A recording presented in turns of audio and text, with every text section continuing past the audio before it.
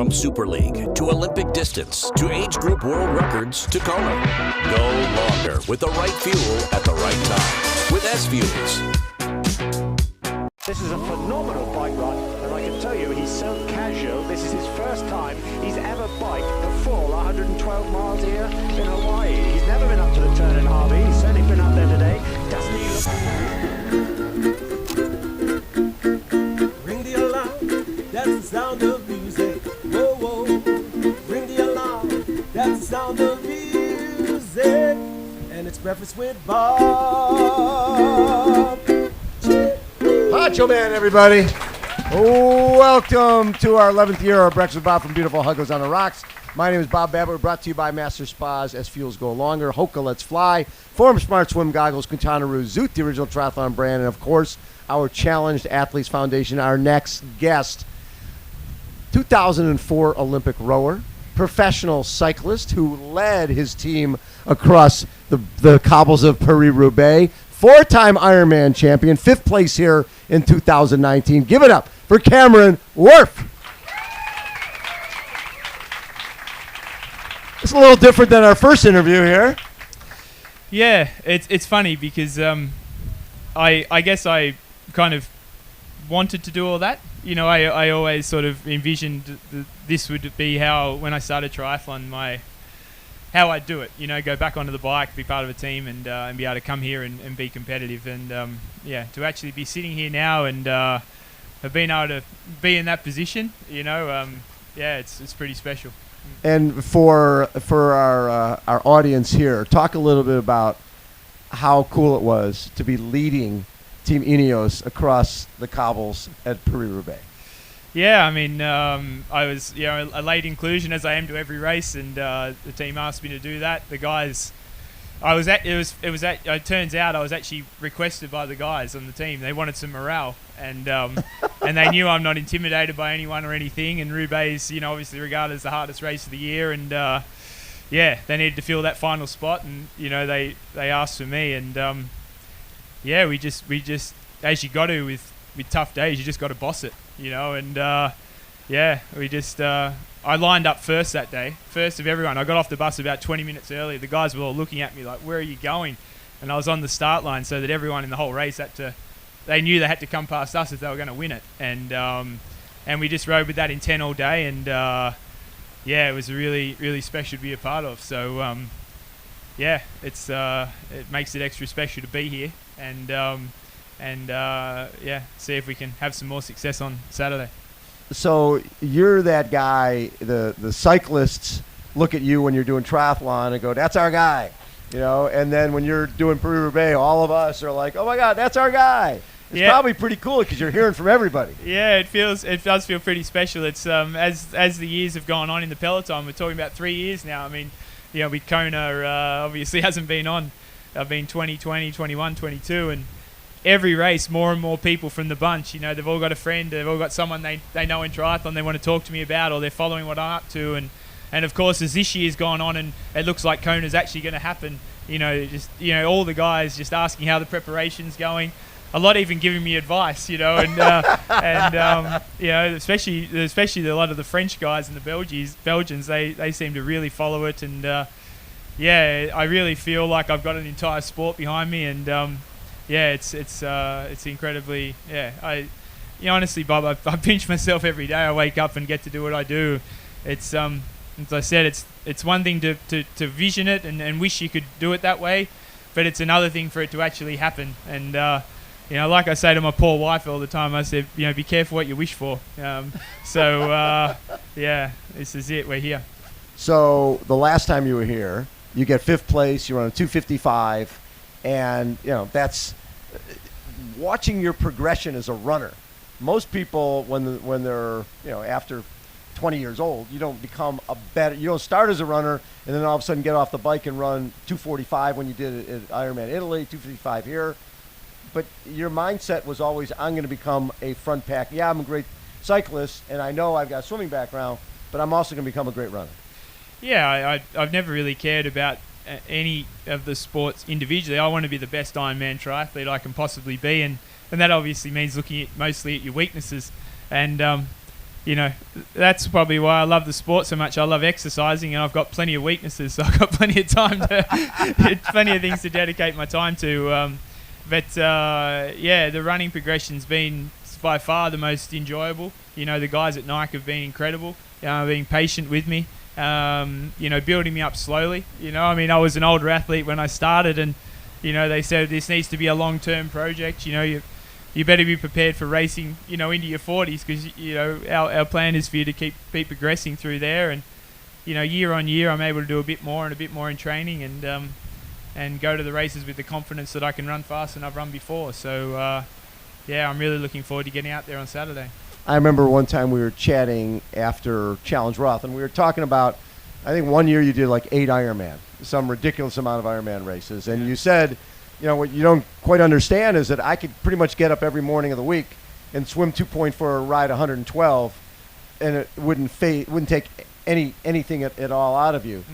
But when you went to Challenge Roth, and you said, I learned from racing. Yeah. When you went to Challenge Roth, you saw Jesse Thomas come by you, you saw Sebastian Kienle come by you in a run, and what'd you think about both those guys? Yeah, they look like, they look like they've had a skewer shoved through them and stuck on a barbecue. They were cooked, but they were rocketing past me a lot quicker. So, it taught me that I probably need to drink a big cup of concrete and just harden the hell up on the run a bit as well. So, we've had a few years now to think about being here for this one, and I can't wait to really empty the tank out here. I've really gone all in on this race.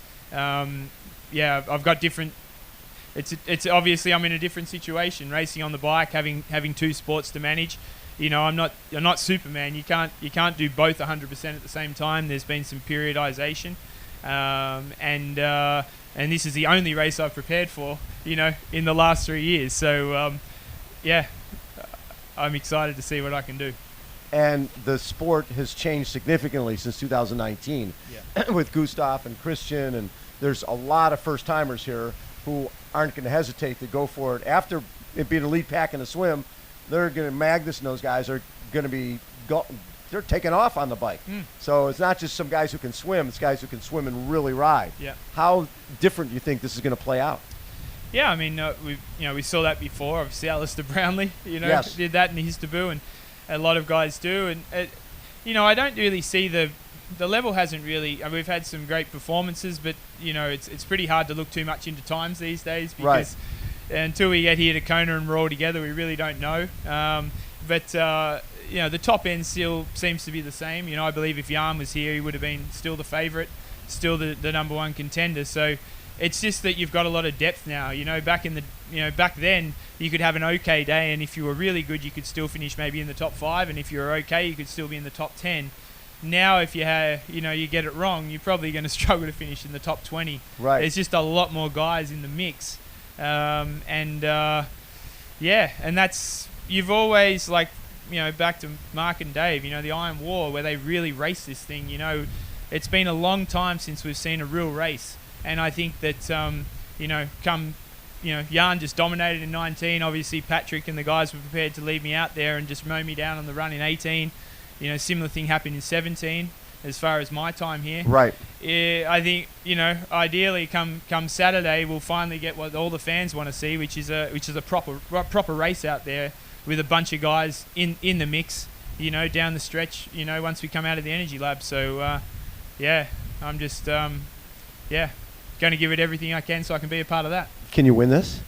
Well, I wouldn't be if I didn't believe I could. It's, as I said, I've put everything into this now. I've had 3 years to prepare, and you look a bit silly if you turn up unprepared. So, this is I can't wait to see where I'm at. What was the most complete triathlon you've had in terms of your performance across the board, swim, bike, run? Yeah,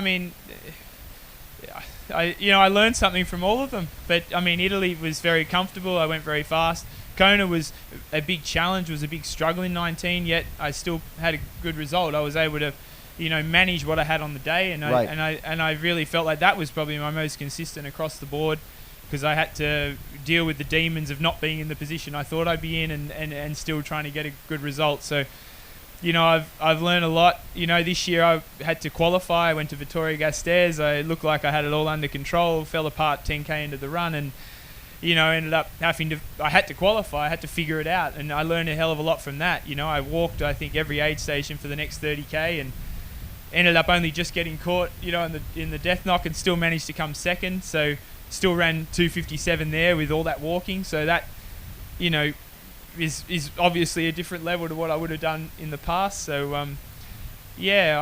I've learned from all of them, and I feel like I've been through enough experiences to be able to deal with whatever's thrown my way on Saturday, and try and become the champion. It used to be that people thought, okay, if Cam Wurf doesn't get X amount of time on the bike, that he's not going to be a factor. But your run has become a weapon. And when did you realize, okay, my run is a weapon, and it's not, it's not hindering me at all?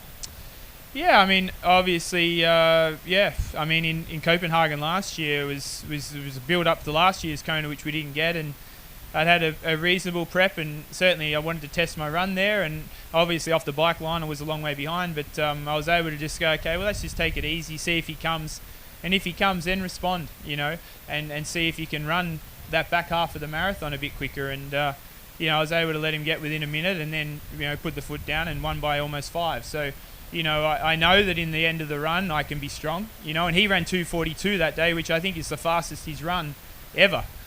So I know he was having a good day. But you let him. You sort of took the foot off the gas because you want to have a race. Yeah, I wanted to race. I mean, I had nothing to gain there. I'd qualified for Kona. It was really a practice run, and being 10, 15 minutes in front doesn't really, do much apart from it's nice to win. So it was, it was. I certainly never felt that in control in a race before, where I felt like I could do what I wanted to do, and so I'm looking forward to. It gave me a lot of confidence that when I'm somewhat prepared for a race, that I can race from pillar to post, and also you learn that these guys can run incredibly quick, but in that last 10k of a marathon, no one's running that quick. So if you can, I certainly can't compete with their speed. Obviously, I proved that in Super League a couple of weeks ago. I definitely don't have the speed, but I certainly know now that I can compete with them in that last 10k if it comes down to that. So I'm just fully fixated on trying to be there and having a chance at winning the title. What would it mean to you to win this title? I had a coach that he died in the Bali bombing, but he always said you worry about what happens when you cross the finish line when you get there, and that's I just try and get there first. All right. Yeah. Cam Wurf, everybody. Poncho Man. Take us out. Ring the alarm, that's the sound of music. Whoa, whoa. Ring the alarm, that's the sound of music. 'Cause it's breakfast with Bob. Poncho Man, everybody.